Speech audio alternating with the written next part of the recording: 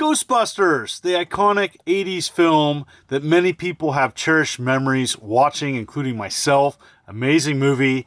And there was a classic 84 video game made on the Commodore 64, as well as some other classic computers and consoles that people have fond memories playing. Well, I have a brand new version of that iconic game, and it's an aftermarket release and collector's edition for the Intellivision. And in this video, I'm going to be sharing some of the more common releases of this game on some different platforms, and then unbox this collector's edition and share with you this brand new release, unofficial and aftermarket. Sit back, relax, here we go. Here is a C64 version, amazing sound, and programmed by Adam Bellin and published by Activision. So you have just kind of an initial computer setup. You have like a professional statement you got to say. You got to go to the bank and they loan you money. You can choose a car, and then you have money to essentially buy parts, and you can customize your Ecto one the way that you want, and it's pretty cool. You have a lot of different options here. You have a city overview map where you navigate around, and your PK meter rises.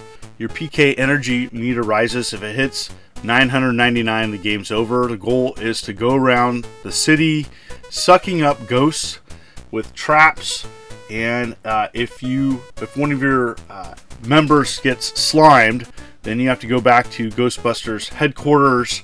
And here this initial one I was unsuccessful, so I get slimed.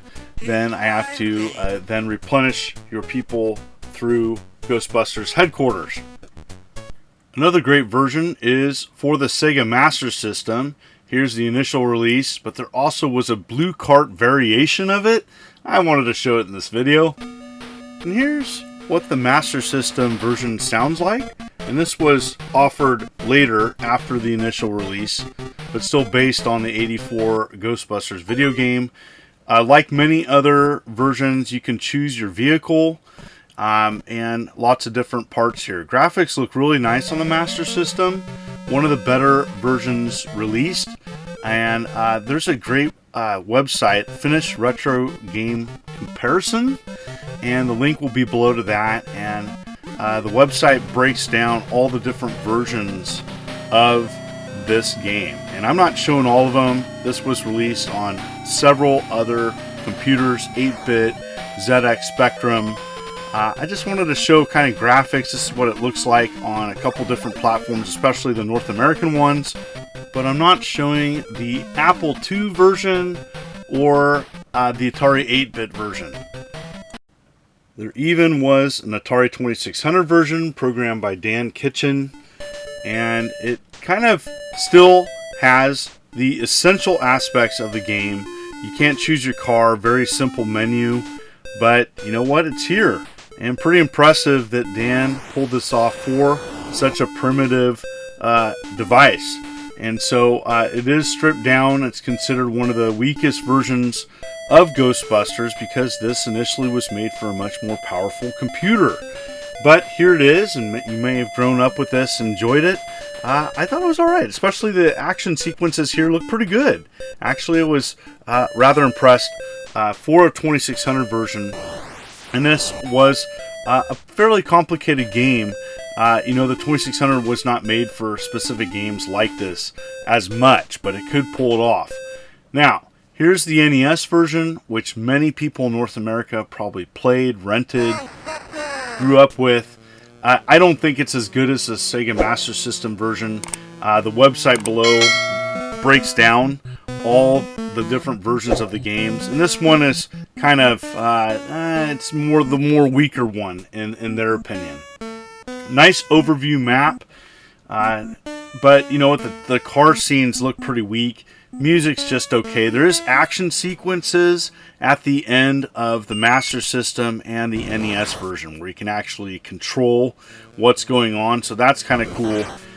You know what? This is just kind of okay for me. This is not the best version of this game in my opinion. But you may have fond memories of it. In the comments, let me know. And here it is. Here is the collector's edition release for the Intellivision. This is an aftermarket release, unofficial, from Inti Home. And here it is. Here's Ghostbusters. Here's the box. Large box, too. Kind of reminds me of like a VHS collector's edition box. Fairly large in size. Really nice looking box, though. They really knocked it out of the park. This is part of the second run, the white box, 50 copies of this version. And there was a black box version, 50 copies of that. And you open it up, and this is what you have. So, I don't know if any other versions of this are being made. Do not know. Anyways, facts about the movie, some tidbits of information. That's a nice touch. So yeah, I really like the collector's box. I like how it's easy to open. And here is what else is included. It comes with a simple manual, 2 overlays. Here's the manual. Kind of would have wanted more to the manual, if I'm being honest, for such a deluxe collector's edition, but nevertheless, here it is, functional. And here are the overlays. Overlays are pretty cool. You do not need them, but they're included, as I have learned that every physical release of Intellivision games needs to have an overlay. When I release Block'em Sock'em for the Intellivision, it will have overlays. So there's that. And then here's the coolest part. It does come with like a 3D printed Ghostbusters cart, translucent, and the back is open. I don't know why, but I was able to easily assemble it. And the back goes on, slides on like so. No problem, wasn't broken or anything that I know of. And the coolest part though is when you insert the cartridge into an Intellivision.